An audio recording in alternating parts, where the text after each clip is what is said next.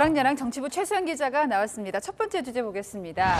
돌고 돌아 영빈관. 윤 대통령이 다시 영빈관을 이용하고 있다고요? 네, 윤석열 대통령이 지난주 청와대 영빈관을 연이어 이용해 주목을 받고 있습니다. 그제 윤 대통령은 영빈관에서 월드컵 국가대표팀과 환영 만찬을 가졌는데요. 지난 5일 베트남 국가주석의 국빈 만찬 장소 또한 영빈관이었습니다. 그 다음 날에도 청와대 내 전통 한옥인 상춘제를 찾아 베트남 국가주석과 차담을 했습니다. 네, 용산으로 이제 대통령실 집무실을 이전할 때만 해도 한동안 영빈관을 사용하지 않을 것 같았거든요. 네, 윤 대통령은 용산으로 집무실을 옮긴 뒤 다양한 곳에서 국빈들을 맞이해 왔습니다.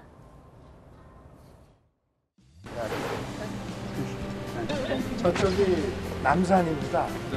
남산 이 아래쪽으로 해서 옛날에 이제 미군 기지가 또 있었어요.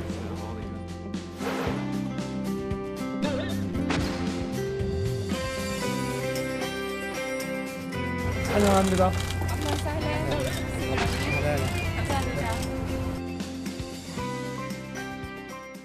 네, 그럼 지금은 왜 이용하는지 취재를 해봤습니까? 네, 대통령실의 설명을 들어봤는데요. 다양한 장소를 활용해 왔는데 외부 장소들은 경호나 비용 등 다양한 문제가 있었다고 했습니다. 기존 영빈관 같은 공간을 찾기 어렵다는 현실적인 판단이 있었던 것으로 보입니다. 최근에 대통령실이 영빈관 신축 예산을 요청했다가 철회됐던 일도 있었는데 결국 용산 대통령실의 영빈관을 새로 짓지도 못하는 상황에서 기존 시설을 이용하는 거네요. 네, 지난 9월이었죠. 대통령실이 영빈관 신축 예산을 내년 예산안에 포함시켰다가 민주당의 반발로 없던 일이 되기도 했습니다. 영빈관 재활용에 대한 여야의 반응은 엇갈리고 있습니다.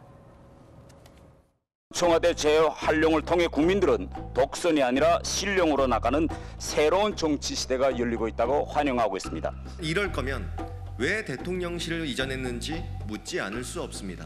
성급한 대통령실 이전으로 국빈을 맞이할 공간이 마땅치 않기 때문입니다. 대통령실은 앞으로도 국격에 맞는 행사를 진행하기 위해 영빈관을 활용하겠다고 밝혔습니다. 자, 두 번째 주제 보겠습니다. 문자 폭탄 누가 받았을지. 네, 김진표 의장이군요. 네, 민주당의 강성 지지층이죠. 개딸들이 활동하는 커뮤니티에서 김진표 의장에게 문자와 팩스 폭탄을 보내자며 김 의장의 개인정보가 공유되고 있습니다. 김 의장을 향해 도저히 용서가 안 된다. 의장만 달면 협치병 걸리냐는 글들도 올라왔습니다. 지금 뭐 예산안이나 해임 건의안 처리가 불발될 분위기가 되니까 김 의장에게 불만을 표시하는 거잖아요. 네, 민주당은 어제 단독으로 마련한 삭감 수정 예산안과 이상민 행안부 장관의 해임 건의안 처리를 위한 본회의 개최를 김 의장에게 요청했는데요. 김 의장이 여야 합의를 서둘러 달라며 거부하자 개딸들이 반발하고 나선 겁니다. 이전에도 비슷한 일이 있었어요. 네, 전임인 박병석 전 의장 역시 원구성 협상과 검수안박법의 처리 과정에서 중재에 나섰다는 이유로 문자 폭탄을 받았습니다. 이런 행동들에 대해 앞서 이재명 대표도 자제를 요구했습니다. 과도한 표현을 하게 되면 이게 공격의 빌미가 돼요. 공격의 빌미가. 그렇기 때문에 표현은 포지티브하게 우리 개딸 여러분들, 양아들 여러분들이 잘하시는 게 그런 거 아닌가요?